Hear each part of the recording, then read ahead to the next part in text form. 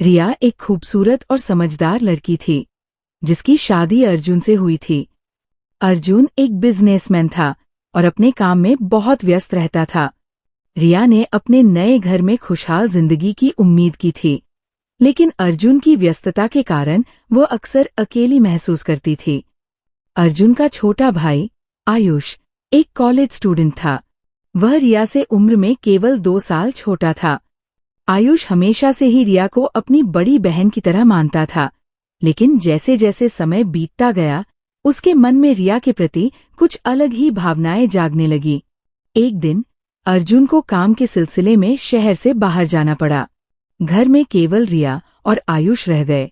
उस दिन शाम को आयुष ने रिया को उदास देखा। उसने पूछा, भाभी, तुम इतनी उदास क्यों हो? क्या बात है?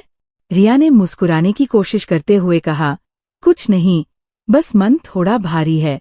आयुष ने कहा, तुम मुझे बता सकती हो, शायद मैं तुम्हारी मदद कर सकूं। रिया ने आयुष को अपने दिल की बात बताई। उसने कहा, अर्जुन हमेशा काम में व्यस्त रहता है। मुझे लगता है कि वह मेरे लिए समय नहीं निकाल पाता। आयुष ने समझदारी से जवाब दिया, भाभी, भैया तुमसे बहुत प्यार करते हैं, लेकिन उनकी जिम्मेदारियां भी बहुत है। तुम चिंता मत करो, मैं हमेशा तुम्हारे साथ हूँ। उस दिन के बाद आयुष ने रिया का ख्याल रखना शुरू किया। वह उसके साथ वक्त बिताता, उसकी बातें सुनता और उसे खुश रखने की कोशिश करता। धीरे धीरे रिया को आयुष की मासूमियत और उसकी देखभाल पसंद आने लगी। वह उसके साथ सहज महसूस करती थी।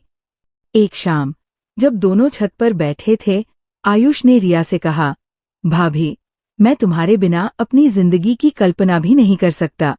तुम मेरे लिए सब कुछ हो। रिया ने आयुष की बात सुनकर मुस्कुराते हुए कहा, आयुष, तुम भी मेरे लिए बहुत खास हो। तुम्हारे बिना मैं अधूरी हूँ। उस पल दोनों के बीच एक अलग ही तरह का रिश्ता बन गया। ये रिश्ता प्यार और समझदारी पर आधारित था, जो समाज की बंदिशों से परे था। यह कहानी देवर और भाभी के बीच के एक अलग तरह के रिश्ते को दर्शाती है, जो प्यार और समझदारी पर आधारित है। ये कहानी हमें सिखाती है कि प्यार किसी भी रूप में हो सकता है, लेकिन उसे समाज की मर्यादा और रिश्तों की गरिमा को ध्यान में रखकर ही जीना चाहिए। दोस्तों, आपको ये कहानी कैसी लगी हमें कमेंट बॉक्स में जरूर बताएं। साथ ही वीडियो को लाइक करें और चैनल को सब्सक्राइब करना ना भूलें। मिलेंगे फिर एक नई वीडियो के साथ, तब तक के लिए धन्यवाद।